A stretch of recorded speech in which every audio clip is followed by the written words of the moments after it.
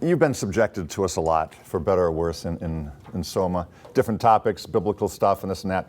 But Greg and I, in terms of our own natural wiring, I think, and certainly in terms of our theological training, like our doctoral work, both of us was in theology. So although we've gotten into biblical studies through our own research projects, we had to kind of like get up to speed on our own. But this is kind of our wheelhouse, and I think it is partly wiring. I think both Greg and I, he in his teens, me in my late teens, early 20s, both went through a period. He would say outright atheism. I never really got there. I was just kind of an agnostic, just didn't know and didn't care. But what that meant is when we both came into a Christian faith, it was like serious reconstruction.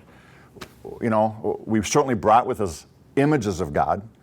I now realize a lot of my antipathy toward God, like, not only did I not know if he existed, I didn't care that I didn't know he existed. And like, that's weird when you think about it. Like, this is possibly the most important question in the universe is there a purpose to life, and might there be a creator? And I just didn't give a rip, because I realized now my vision of God was so pathetic that when I know what I saw, right? This old man in the sky with a long white beard up there somewhere with disappointed eyes.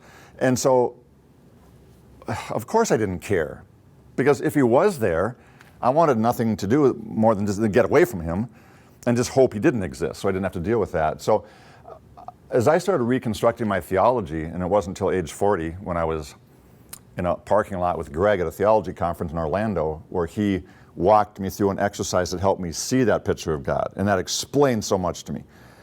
But I had been laboring under that subconsciously for years, and trying, a lot of my theology I think now is trying to escape that. So I knew that whatever I'm feeling or sensing about God, or not sensing, if there is such a God as I see in Jesus Christ, it can't be what I'm not experiencing now, or what I sometimes am experiencing, was primarily shame and guilt. And when I saw that picture that Greg helped me see through an exercise, I've been teaching theology for years, and a pastor here, and I had never known what the social, probably demonic construct was in my head. And so theology has helped me undo that and attempt to redo my head around this stuff. This is an important area for me. It's been a lifesaver, quite honestly. I'd be interested, though, as you hear that word, and I left it just the one word.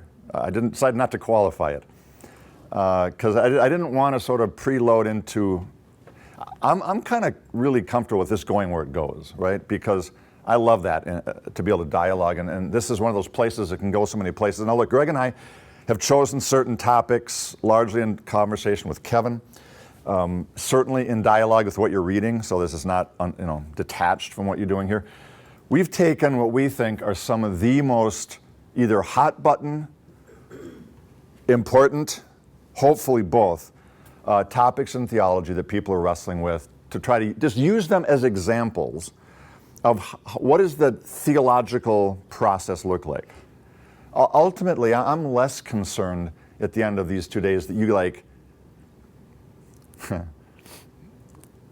get the particular content of what we're doing in theology. For me, I'll be honest, the most important part of these 2 days is the first 2 hours, what we're going to be doing for the next 2 hours together. And that's method, theological method. That's where I live generally in almost everything I do.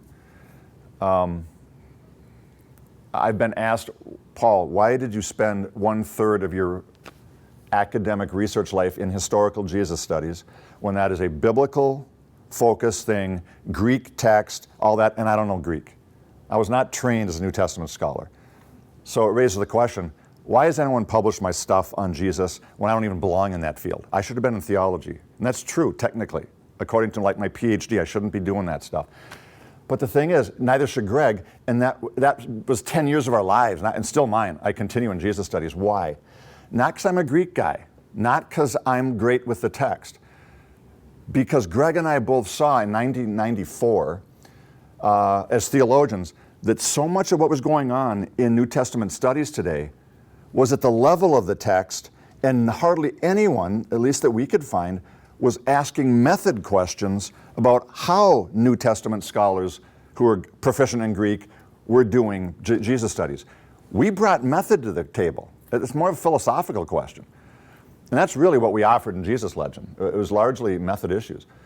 And so same for theology. Like, what you decide in method is going to determine your theology and where it goes.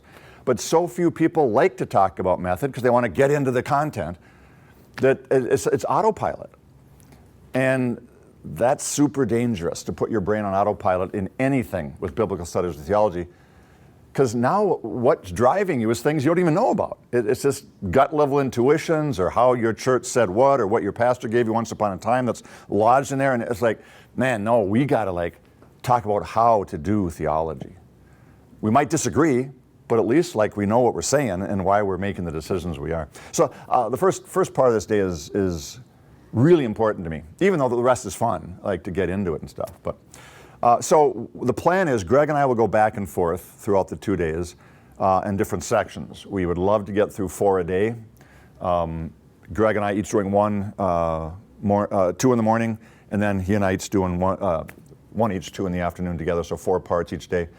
And honestly, we'll be lucky if we get through like 1 part a day. We're not great at getting through material. But as long as you guys are enjoying it, as long as we're like talking and learning together, we'll see where it goes. When you hear the word theology, I'd be interested. What comes to mind? Like 2 days of theology. What goes through your brain of what do you think we're doing? Like, what distinguishes this from any other topic that could be up there in like Christian worldview stuff? My initial thought is it's going to be delving into, like, I want to say, the deeper plateaus of what we understand, and perhaps more accurately what we don't. Okay, I like that. That's definitely part of what we'll be doing. Deeper plateaus of sort of Christian worldview stuff, what we understand, and being like cognizant of what we don't. For me, humility plays a huge role in this. Like, it has to, or I'm not doing it well. And so what we don't know is a huge part of why I sense a call to humility in this. It's really helpful to think about that piece. Yeah, good. Theology, other ideas that come to mind. What do you expect to do if we're doing theology, or not expect to be doing? I expect to hear about how other people have thought about the same thing. All right. And how they form beliefs on them. Okay. Other folks, other perspectives. Mm-hmm. I'll be honest, in the history of theology, like 2,000 years of theology, that has not been a common thing that happens in theology, right? Why do you think not? Well, as a theologian, and you're my students, at least for 2 days here, why would it be to my advantage not to share with you the range of perspectives that have been thought about a particular topic through Christian history? Job security. Doesn't hurt, right? Yeah, job security. And what might motivate me to think job security would say, don't tell them about all the other ideas, tell them about my ideas. Well, because, I mean, the way I see it, like, a big part of theology is, like, how does, like, what we see in Scripture stuff, how does it play out in our world, and, like, how do we apply it to our lives today? Okay. And so it's, like, if it's a lot of, like, if it's part of, like, your interpretation of Scripture, I mean, no one wants their interpretation of Scripture to be wrong. Okay. True. Why would I be up here having a theology in my head that I believe is true, otherwise I wouldn't be up here, wanting you to know the truth because I care and love about you? Why would I confuse you by telling you a bunch of other theological perspectives that I know aren't true, so that you get confused, so you have maybe walk away at the end of the day actually maybe being persuaded by something else I shared? Like, how is that to our advantage, folks? Please tell me you know why that's to our advantage. It's intellectual honesty. Presenting only one option along a path gives people very little freedom. Absolutely. And yet, let's just say it, because this is true. Through most of Christian history, that has been how theology is done. theology primarily has been done either in a tightly bound denominational church setting or a tightly bound denominational seminary setting that feeds particular churches. And it's always been, we tell you our theology, right? That's why you're at this seminary or this school, like you're part of us, which means you're not part of them. We have the truth, they don't. They're fine people or heretics, but the point is they don't have the truth. Well, how do I know I got the truth? Well, because I know God and I pray and I've read the Bible and I studied it and I have the truth. Like, God doesn't mislead his people. In other words, most of theology for 2,000 years has been indoctrination. And maybe it's because Greg and I both came out of a place of not believing in God. Maybe that's why. I don't know. But both of us have always been really uncomfortable with indoctrination. One, because it was done to us at certain periods, and we had to unlearn stuff that we now disbelieve. Why didn't people tell us? There were other perspectives by what? By godly, intelligent, Bible-believing, decent people. Like, as soon as you level that playing field and go, everything I'm going to tell you today, and so let me just say this, everything I'm going to tell you today, other godly, Bible-believing, Jesus-loving people, if they were here, would tell you something different. There you go, it's on the table. Now, see, that raised the question, so why should you listen to me? I don't know. Seriously, I don't know. I mean, other than, this is what it means to be human. Let's just be honest. We're finite creatures with limited epistemology capacity, and we're all trying to seek God, and a bunch of us doing this together have found different answers. If that doesn't humble us, I don't know what does. And then it makes me, that's right. Like, God is opposed to the proud but gives grace to the humble. Like that's the whole deal, folks. Coming with a humble heart, a mind that knows I'm finite and touched by noetic effects of the fall, like my mind has even been touched by sin, limitations. And as you and I come and do this humbly together, I trust that God shows up. But then you know what? I guess I got to trust that God shows up across town in another context like this with some folks who don't believe quite like I do, and I still believe God shows up. And I guess I'll have to wait till heaven to figure out why it is that the Holy Spirit just doesn't sort of coercively break in on all of us and go, here's the deal, folks, and just give us like God's edition of Bart's Church Dogmatics, all X number of volumes. That would have been nice, but maybe it wouldn't have, right? As a theologian, I wish God would have done that instead of giving me 66 books that are mostly narrative. But then I think, wait, he's God and I'm not. What does this mean? Well, what it means is, actually, our worldviews are primarily narratological, and he's given me a narrative that can catch me up into the way my brain actually orients. And if he gave me church dogmatics not by Karl Barth, but by Jesus Christ, I would never have to work through with other brothers and sisters who disagree with me on what the narrative means, the tough stuff of listening and learning and being corrected and maybe correcting others, and us actually doing this with humility. We've had to either do this with characterological growth or not. And it's like, in some ways, it was brilliant what God did.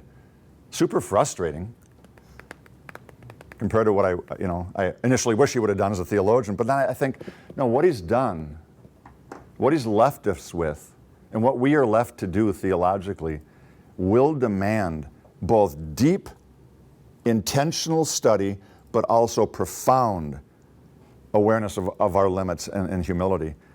And that coming together, conviction and humility, which is what exactly I see in Jesus' life, is what we have an opportunity to do together in theology. That's why I'm excited about this. Every time I've taught any theology class, I have not gone away from that class without my theological worldview, which I imagine is sort of like a spider's web. I will talk about the web of theology a bit today. And all that means is that all my beliefs that I have are like this intricate spider's web like thing. Like this connect, and you don't realize that this little web here, the decision you make there, like divine foreknowledge. How does that work? You don't realize when you're thinking just about that, what that web connects to and what that is an anchor thread to down here with salvation. But it all ties together, and a little decision here can abstract the whole web in a different way. Or not. Some beliefs, you cut them, nothing happens. Other beliefs are anchor threads. You cut them and your whole worldview's gone. Some are sort of mid-level, where you cut them and a section of your web is now in the wind, and you have some serious reconstruction to do, but you still have a basis to do it. And that's just, as Quine, the philosopher, said, our brain, our thought life is like a web of belief. And we are going to start messing with the web today. I don't think I've ever taught a theology class at Bethel, which is a required course for sophomores, where I've not had at least one student, usually more, end up in my office sometime during the semester going, "You're ruining my faith," which is not what a theologian wants to hear. I remember literally the second theology class I ever taught there, a young guy who the first day of class, as we were going in the room, like, "What's your dreams for life?" He says, "I'm going to be a missionary. I always wanted to be a missionary." 6 weeks into my class, he's in my office going, "You made me an atheist." Seriously, like, I don't believe in God anymore because of what you did to me in the last 6 weeks, which was hard to hear. But I strongly had suspicion that it wasn't me who made him an atheist. It's that I had forced some tough questions he had never asked before, or put it this way, he had asked them deep inside, but had never allowed himself to admit he's asking them, let alone what the answers might be. And this guy, his name's Joel, that was 1996, we're still friends. We met twice a week for 2 straight years, reconstructing his theology. For 6 months, I had to ask him not to pray. It's the only time I've ever done this for somebody. Do not talk to God anymore. We promised that. He finally said, yeah. And the reason I asked that is because the God he was talking to was not God. It was a face of Satan. And we had to detox him from that. He eventually went to seminary, and he's this amazing guy now who has a beautiful picture of Jesus. But man, sometimes we have to seriously deconstruct before we can reconstruct. So let's jump into it. That's my spiel for why I think this is worth doing.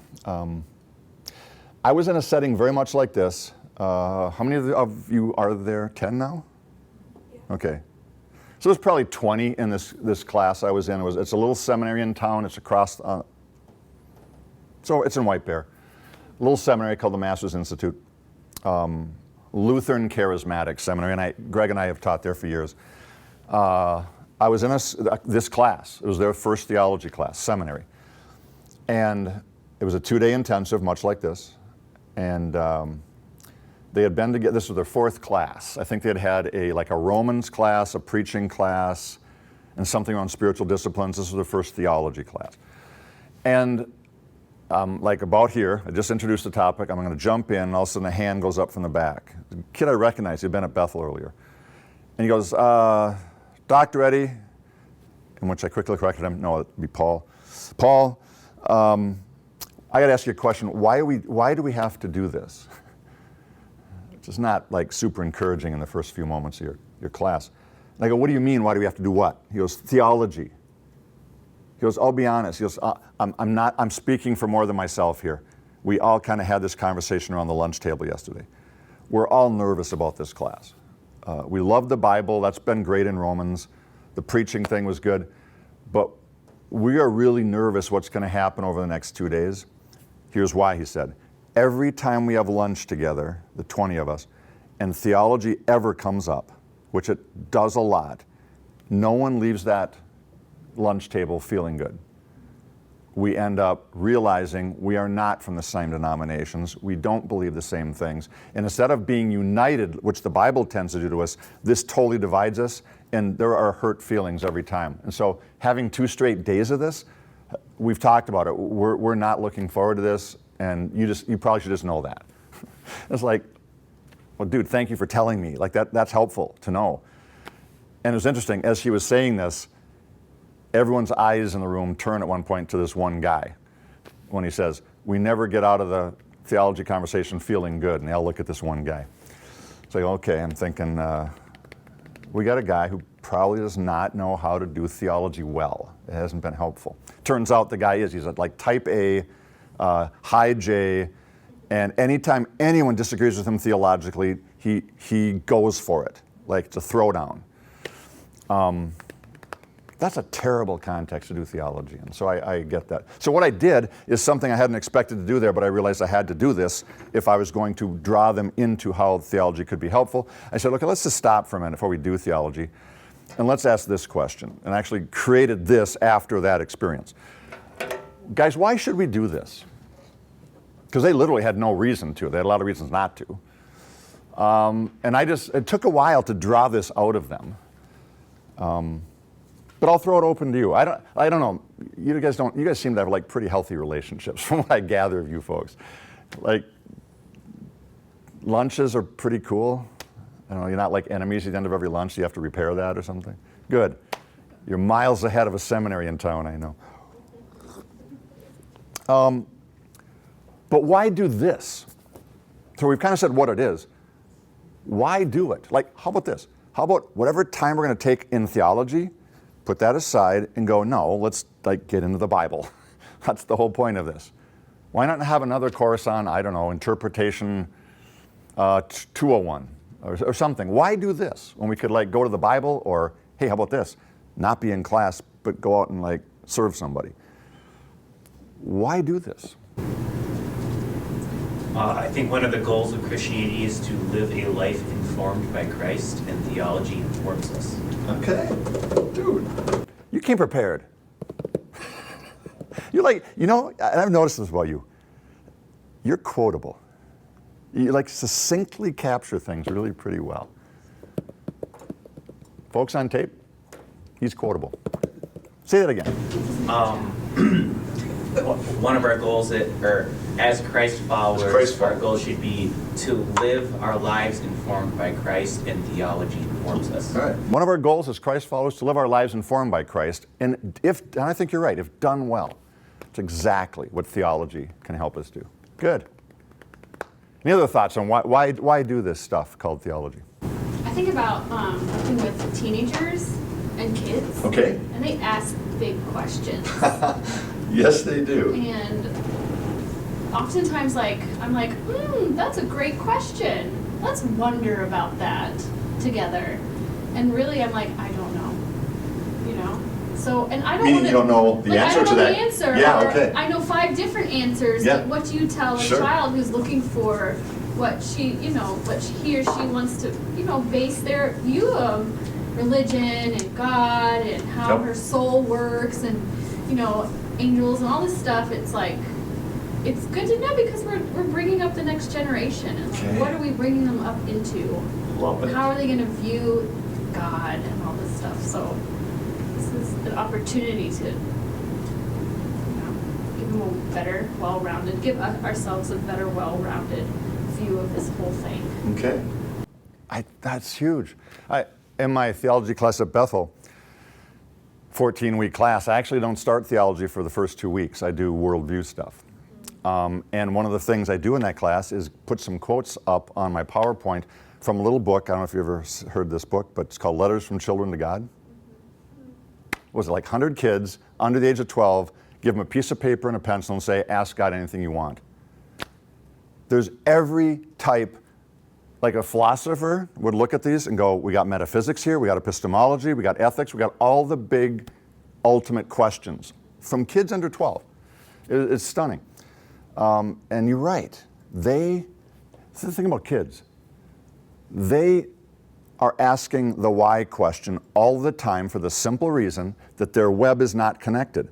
And they see it's not connected. And like this go, well, and they're trying to like get connected. And parents have about patience for maybe 3 rounds of why, and then it's like, because, go and play, right? Why? Well, because parents completed their web decades ago. Their web isn't super complete. Most folks don't have the luxury of taking a class like this or spending time reading a book like this. And so their web is rather contained and has a lot of dangling threads themselves they just don't want to think about.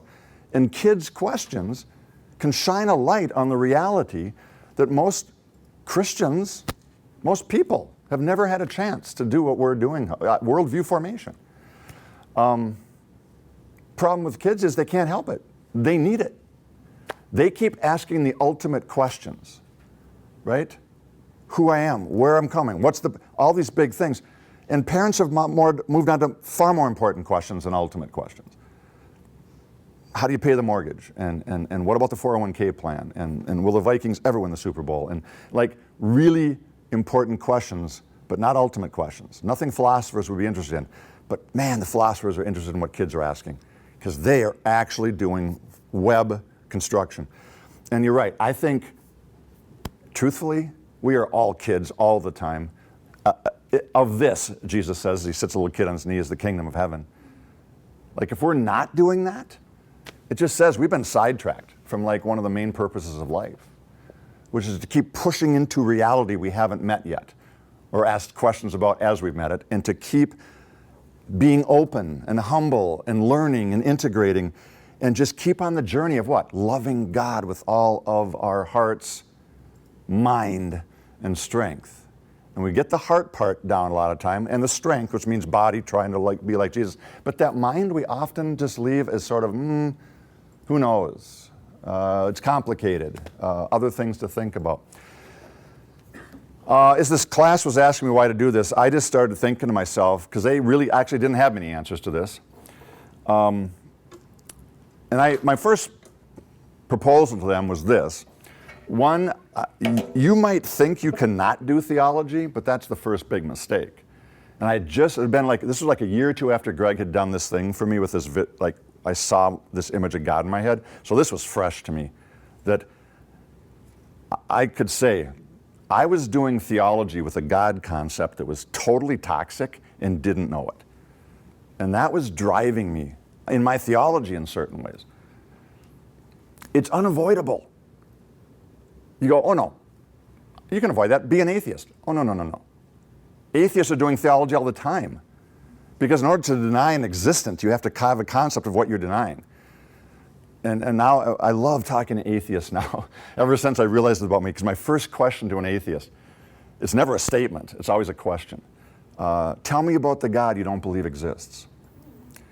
And what's beautiful about that question, at least to date, and I've talked to, like I make a point of talking to atheists whenever I can, to date I've not had one atheist, not one, describe to me the God they're negating, and I think, oh yeah, that's the God I believe in. It's always not a God I think exists, which is really cool, because then I can go, oh, if that's what you mean by atheism, sign me up. I'm with you then. Because what you described, I don't believe that exists either. And we can talk around that. Like, yeah, all the crazy God concepts. And at some point then, my goal is to sort of introduce, have you ever thought about maybe God this way and offer a Jesus-centered view of God? Now, when I do that, I've not had every atheist go, oh, cool, I believe in him. But I've never had one atheist yet when I talk about a triune, community-centered, Jesus-like God who like kind of scoffs at it or recoils from it. My theory is that if we talk to atheists, they might not believe, but my goal is at least they would have like tears running down their cheeks, weeping at the fact that the beautiful God I described doesn't exist. Like they might still think that that's mythology. Well, then we have to get into other issues. But at least it's not that disappointed old man I had in my head for years and didn't know I was even there. It's unavoidable. When you say God to anybody, including yourself, the synapses of your brain fire, without you probably even being like nanosecond. A picture's there. You don't catch it usually consciously. It's just there. It's stored. But you do react. You either react with doesn't exist, or move away, or shame, or guilt, or Santa Claus, whatever. The question I always have to ask is it at all the face of Jesus Christ? I think we need to get clear. Jesus' words to Philip, right? John 14, when Philip, Jesus goes, I'm about to die, like I gotta go. Philip, oh, just one thing before you go. Thanks for the last 3 years, that was great. One thing before you go, can you just show us the Father before you leave? And you just, hearing Jesus' voice through the text, you can almost hear the tears. Have I been with you so long and you don't know that when you see me, you see the Father? There's not some other scary guy back there. And I think most of us still believe there is. Like, yeah, we're down with Jesus, but that Father thing, or that God thing, or that Trinity thing, or whatever, there's that other thing. And Jesus goes, no. I mean, yes, there's through two other persons, and that we're a community. But if you've seen me, you don't have to wonder about the character of some other person or entity back there. If only we could believe that. Two, I mentioned this a minute ago, I'm absolutely convinced doing theology is part of what it means to love God. Like, I do not know how to love anyone and not think deeply and profoundly about them. Which is weird because a lot of Christians kind of have that idea in theology. Like, well, let's not do theology, like let's go love God and love others. What does that mean? Like, I tell you with certainty, Kelly, my wife, would not think it's super loving of me if I just decide, no, I'm not going to think about you. Like, to have a concept that's accurate to one's beloved is essential to love. So when Jesus puts mind in there, I have to assume he meant doing something that we call theology. I'm convinced this is true for God or any other relationship. The truth about God, or your best friend, or put anyone in there, and relationship with God or that other person are closely linked. When Jesus says you shall know the truth and the truth will set you free, truth is about conceptuality. And he goes, and I'm the truth. Truth will set you free. I'm the truth about the Father. There's no other Father back there. Get me clear, you got God clear. That's absolutely necessary, I think, to my love relationship with God. I wish I had learned that before the age of 40. I really do. C.S. Lewis, I love how he describes theology and mere Christianity. He said, remember, theology is like a road, I don't know if he said road map, but he uses the word analogy of a map. It's like a map to God. So be clear. Theology is never God. People who confuse the map and the territory, that's not good. But on the other hand, to think I'm going to get to a particular territory and I don't have a map, that's less likely. I've seen both extremes here. I've seen people trying to get to God with no map, like theology, it's dry and boring and people argue, just give me God. Well, good luck. Like, which God? Paul says there's lots of gods and lots of lords out there. Like, which God? On the other hand, I have met, and I've been tempted to. It's hard when you're in your PhD program, for example, and like it's one paper after another. I got to the point, I think, somewhere in the midst of my PhD program, where I almost let theology become my God. Like, I was willing to trade the territory for the map. Man, that's deadly. So there's a balance here. But it's an important one. I bring this up because I'm convinced this matters. I think theology is an important dimension of spiritual warfare.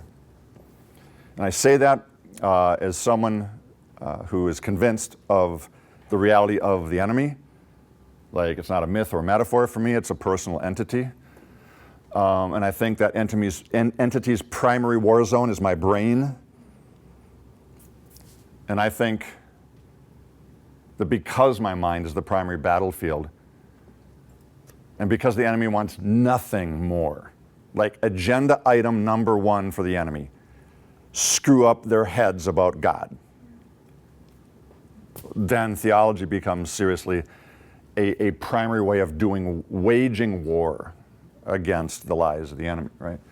I mean, I think we have the enemy's three-part strategy that he uses on all of us, given to us in Genesis 3. It's right there. Lie to them about God, lie to them about themselves, and lie to them about the rest of creation. If he can do that, he doesn't need to do anything else.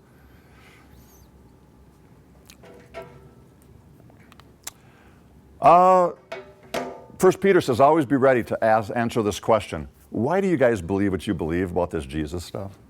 Theology is super helpful here, right? Whether it's kids asking you, whether it's your brother or sister asking you because they've just been through a really horrendous moment of the problem of evil. A million times we find ourselves like someone going, what about? And this exercise we're doing is one way of blessing other people as we,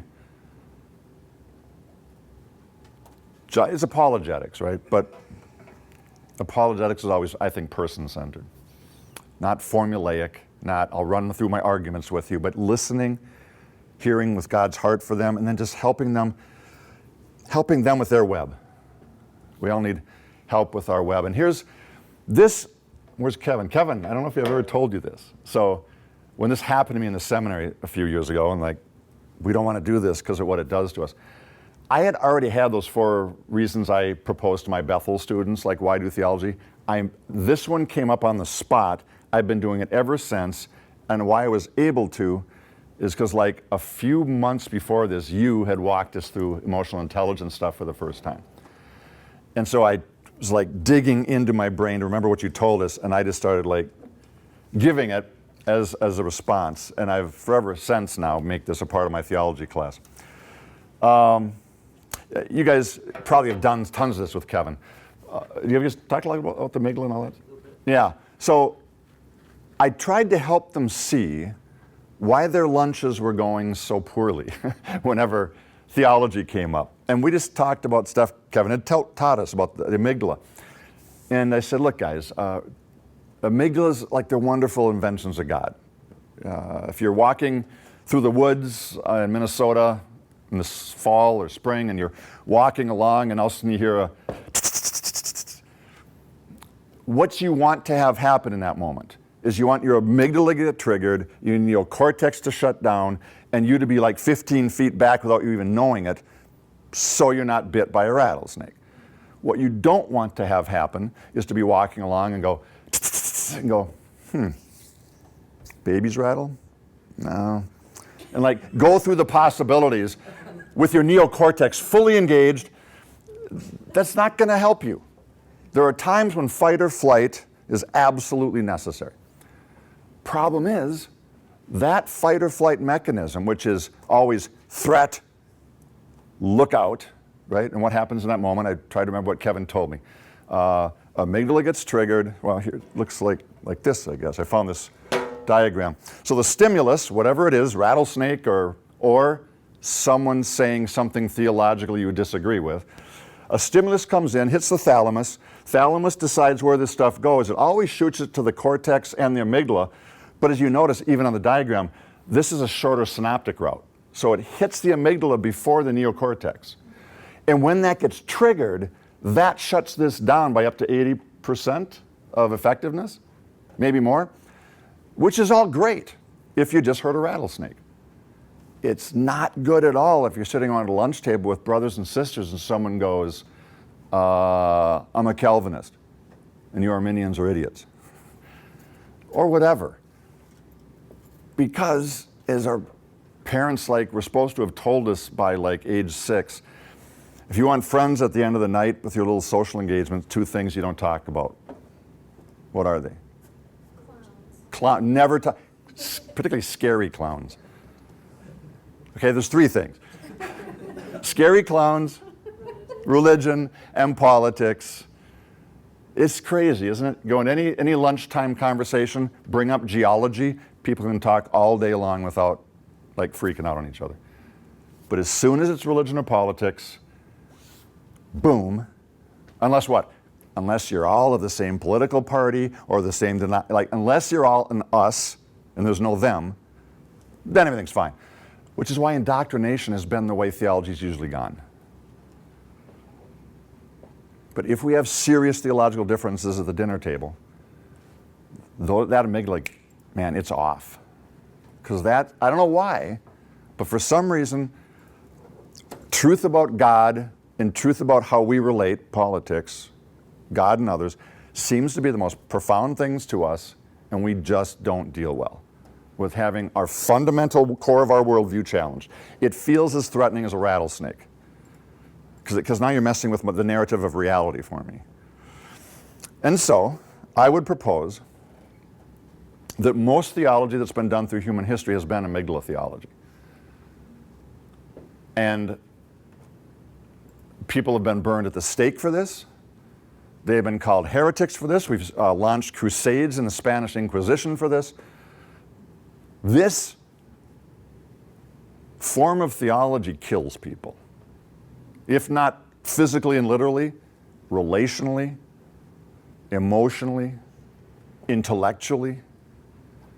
And I think we just have to be at war. Like kingdom people have to be at war with amygdala theology, even though that's been where most of it's come from. And so I would propose, as we launch into the next 2 days, and maybe as you launch into the rest of your life with theology, I would invite you to join me in always challenging yourself to move beyond amygdala theology whenever you do this stuff. Even if doing it just means in your own head. And here's some things I've found helpful. These are reminders to me I constantly try to run through my head when I'm alone, when I'm reading a new book, when I'm in a class, when I'm sitting with Greg. Just this has become my way of doing theology. I believe that 1 Corinthians 6:14, when it says do all things in love, really means all, which would have to include theology. And so I have to do theology in agape. Now that's easy to say when I'm sitting in a class of people like this, who I like, who we've had some great conversations, even people who've like pressed me on some things, particularly Matthew and Clifton. Like, I enjoyed that. And we're friends. But I know some people personally who disagree with me in my theology, and our theological disagreement represents to them a line in the sand. And they are absolutely convinced I'm wrong and they're right, which might be true, but that wrong and rightness has defined for them the capacity of the possibilities of our relationship. And when you have Greg Boyd as your senior pastor of your church, and you're in our church here, building, there are people who look at this church, like all around the world, as a church to, quote, stay away from, ever since the openness controversy that we've been marked. And a lot of my life outside of Woodland Hills has been explaining to people why I'm, quote unquote, at the heretics church. Everywhere I go, for 25 years, that's been the question I face. And you know, I'm okay with that, because it actually gives me an opportunity to do this. Like, as soon as they say it, I know they're not only not openness, they're probably pretty strongly Calvinist. That's usually the folks who ask me that question. And I'm challenged in that moment every time I get asked this question, and I gotta like check the amygdala, because I mean, Greg's not only my senior pastor, he's one of my closest friends. He's got a heart for the kingdom. One of the things I do quickly ask them if it is openness. I love questions, right? Because it's just like, I don't want to pontificate. I just want to like draw out of you, what are you thinking? So I'll ask them this question. So you're against the openness theory? Yeah, totally against openness. My question. Can you describe for me Greg's view that you think is really wrong on openness? How many times do you think I've had someone be able to describe to me Greg's view? Seriously, not one in 25 years. Half the time it's, wow, they'll tell me, he denies omniscience. Really. At that point, I know they've never read Greg if they say that. I asked them, have you ever read God of the Possible? Or maybe the essay in our Divine Foreknowledge, 4 Views? Oh, no, my pastor says I can never read that stuff. Oh, okay.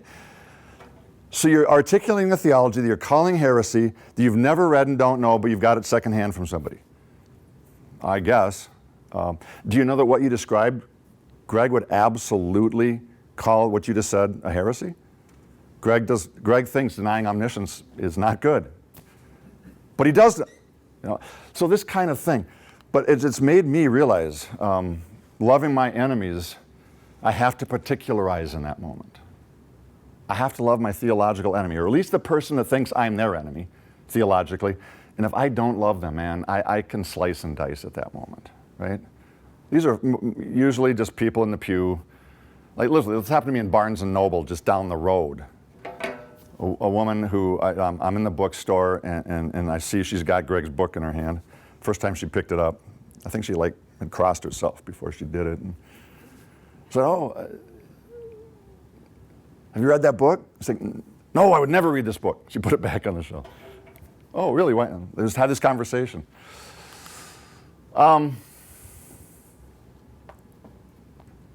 Here's the challenge. How do we walk not only in theological love for our quote-unquote opponents theologically, but how do we do that in humility, which I think is perhaps the cornerstone virtue of the Christian character. Here's some principles I try to live by, never fully successfully, but it certainly is my goal. To listen and learn before speaking and correcting, right? James says, be quick to hear, slow to speak, slow to anger. How do you do that theologically? That would mean I ask questions before making statements. I listen before expecting someone to listen to me. And I always gauge myself. Am I trying to dominate the conversation here? Am I trying to take control? Because I'm a doctor in theology and most people on the planet aren't, I can pretty quickly turn a conversation to my advantage. Am I using that privilege of having been privileged to have the luxury of that much education in theology to actually demean this brother and sister and put them in their place? There's so many things I gotta check constantly with me for me to be doing this one well. How about this one? Always give our theological opponents the benefit of the doubt. And I'm talking about at every level. How about they're not idiots?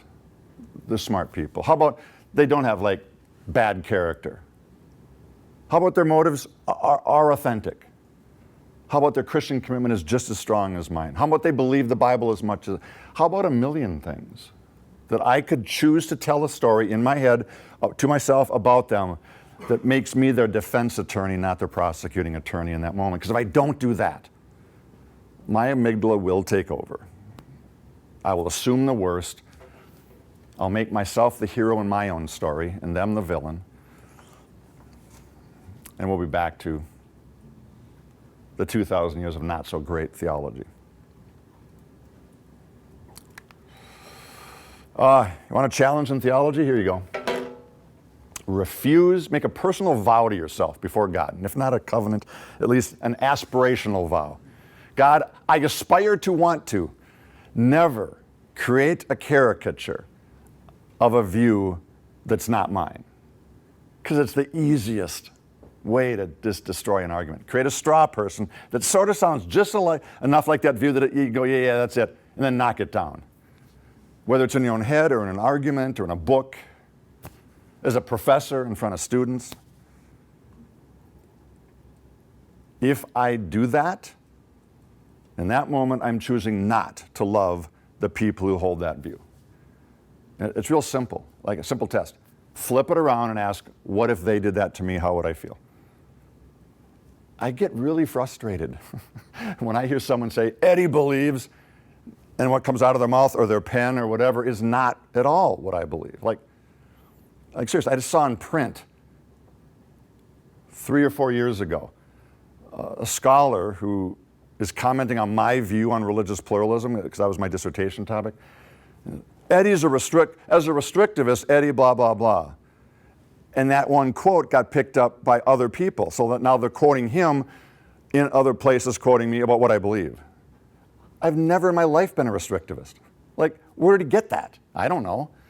It was just weird. My entire first book on this topic, I never said what view I held.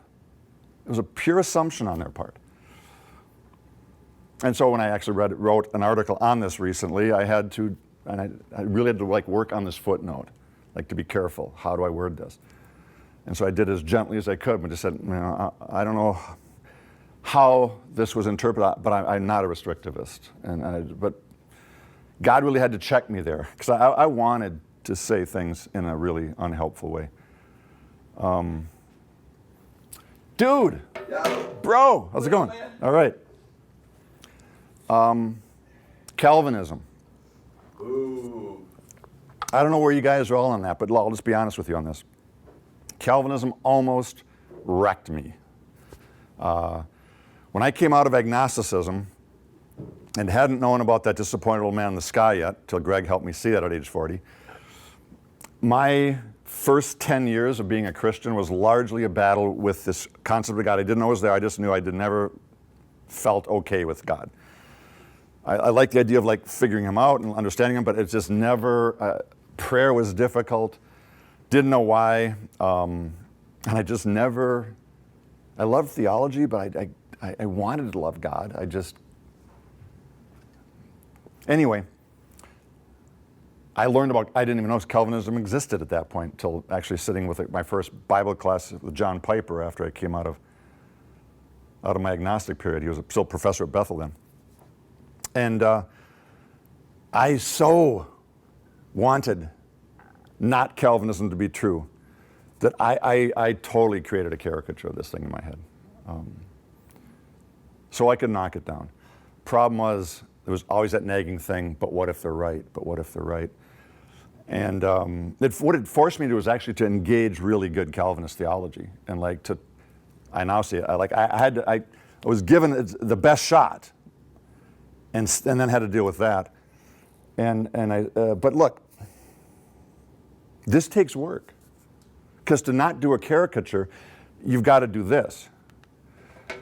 You've got to know the other position you're talking about as accurately as the people who hold it and be able to articulate it as persuasively as they do in order not to end up doing caricatures of it.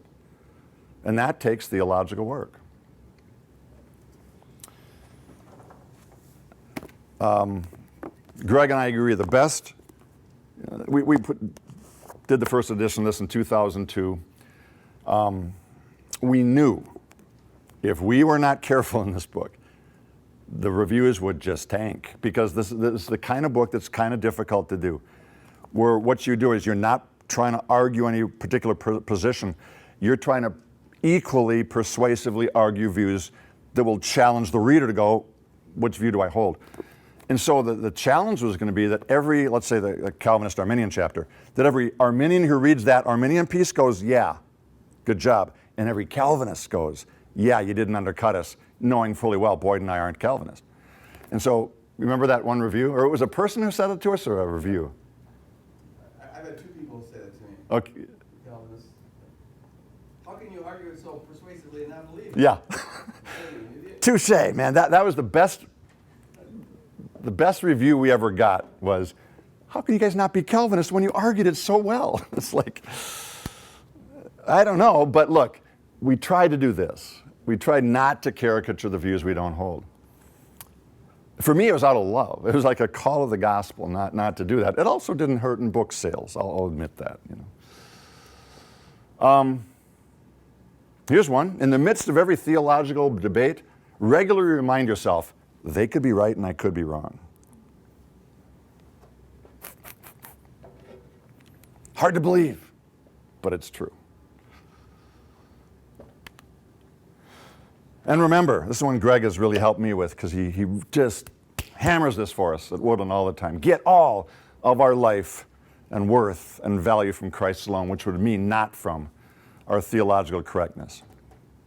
Helpful to remember that Satan's a better theologian than all of us put together, in terms of just sheer metaphysical understanding. He was in the throne room of God for a while. He knows and can parse the Trinity far better than us. James reminds us, even the demons believe. They probably have a really robust theology. Doesn't help the relationship with God.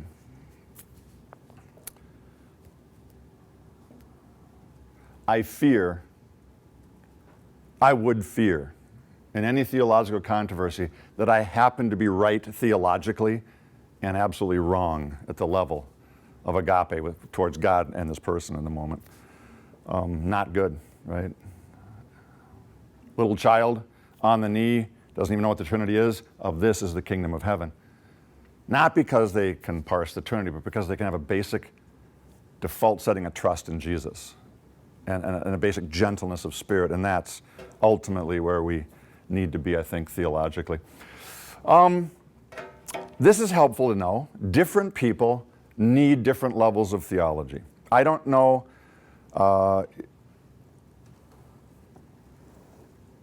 I know a few of you a little bit better than others. Heidi and I, have been in classes together, and we talk. I've had a chance to talk with Matt and Clifton several times, and my sense is about you two guys is you guys are wired for theology. It probably matters to you in a different way than most Christians. Like you're just there. That's part of who you are. But most Christians, and this is fine, most Christians, look, how many drive a car? How many are car mechanics? Really? Dude, we got to keep in touch after you leave and stuff. I need a good mechanic. No. I have no idea how to fix a car. Greg's even worse than me. That's not true. Dude, I at least knew that you had. what happened when we had that? Your tire in your truck. You couldn't even. Oh, don't, hey, Didn't know how to put it on. It was hilarious. your amygdala's triggered. You're the one person that I know superior to. I'm working out of my neocortex. Anyway, Greg and I together don't have enough car mechanic knowledge to do much, except we did together change one flat tire. I changed it. Whatever. I was praying for you. But look, that's because that's not our calling in life. I don't need a car mechanic. I need to know a car mechanic. All of a sudden you realize, oh, that's right. Like, this is how human community works. If I had to know PhD level of everything, I would never survive. We need each other. Some people by calling and vocation need more theology. Some people by personality type need more theology. You will not be okay in your own head if you don't have that. Some people by life experience, like you're not particularly called to this, you're not particularly wired for it, but something serious blows up in your life and you're going, what's up with God? Okay, problem of evil, you just need more theology. I was just talking with a young woman at Bethel yesterday. In my class, first time we ever talked one-on-one, she asked if she could set up an appointment. I had said something a week earlier about forgiveness, the importance of forgiveness, walking in forgiveness, so she wanted to talk to me. She shares this really hard story. She's 16 months old.